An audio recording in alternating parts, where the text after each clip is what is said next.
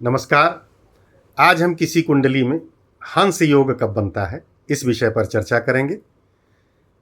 यदि किसी कुंडली में बृहस्पति ग्रह अपनी राशि में या उच्च का हो और केंद्र में स्थित हो तब हंस योग बनता है। हंस योग का जातक अत्यंत चरित्रवान तथा महान नैतिक होता है। उसके पैरों पर शंख, कमल और मछली का चिन्ह होता है। उसका शरीर सुंदर होता है। वह सबका प्रिय होता है। न्याय तथा स्वच्छ मस्तिष्क वाला जातक होता है। यह योग पंच महापुरुष योगों में से एक है। यदि बृहस्पति केंद्र में हो और स्वक्षेत्र में हो या उच्च का हो तभी हंस योग बनता है। दूसरे शब्दों में द्विस्वभाव और चर राशियों में अर्थात मेष, कर्क, तुला और मकर राशि में हंस योग संभव नहीं है। यहाँ पर यह मान लिया गया है कि लग्न भी एक केंद्र है। अचर राशियों वृष, सिंह, वृश्चिक और कुंभ में उत्पन्न व्यक्तियों की कुंडली में हंस योग नहीं बन सकता, क्योंकि इन राशियों से केंद्र में बृहस्पति की उच्च राशि या अपनी राशि नहीं आती है।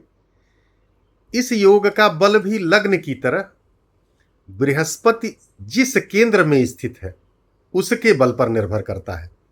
अतः दशम केंद्र अधिक बली होता है। बृहस्पति का केंद्र अधिपति होना आवश्यक नहीं है, किंतु जब हंस योग बनता है तो सामान्य सिद्धांत का महत्व समाप्त हो जाता है, क्योंकि बृहस्पति का केंद्र में स्थित होना स्वक्षेत्र के बराबर है और केंद्र इसकी उच्च स्थान के बराबर है और उच्च स्थान द्वारा हंस योग अधिक अधिमान्य है, क्योंकि बृहस्पति के चतुष्कोणीय स्वामित्व के कारण बुरे प्रभाव समाप्त हो जाते हैं। अब यदि कुंडली में बृहस्पति पर पाप ग्रहों की दृष्टि है तो ऐसी दशा में हंस योग का पूर्ण परिणाम तो नहीं मिलेगा, परंतु बृहस्पति अपनी दशा में हंस योग का फल देने में सक्षम है। जब बृहस्पति की दशा आएगी तो हंस योग के जो परिणाम हैं जातक को प्राप्त होंगे, उसको उसकी श्रेष्ठता मिलेगी और श्रेष्ठ व्यक्ति बनेगा।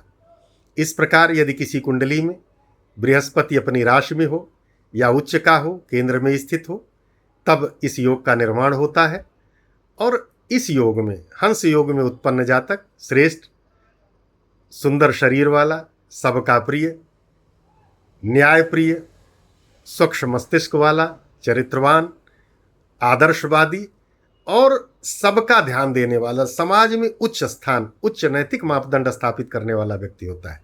बहुत बहुत धन्यवाद।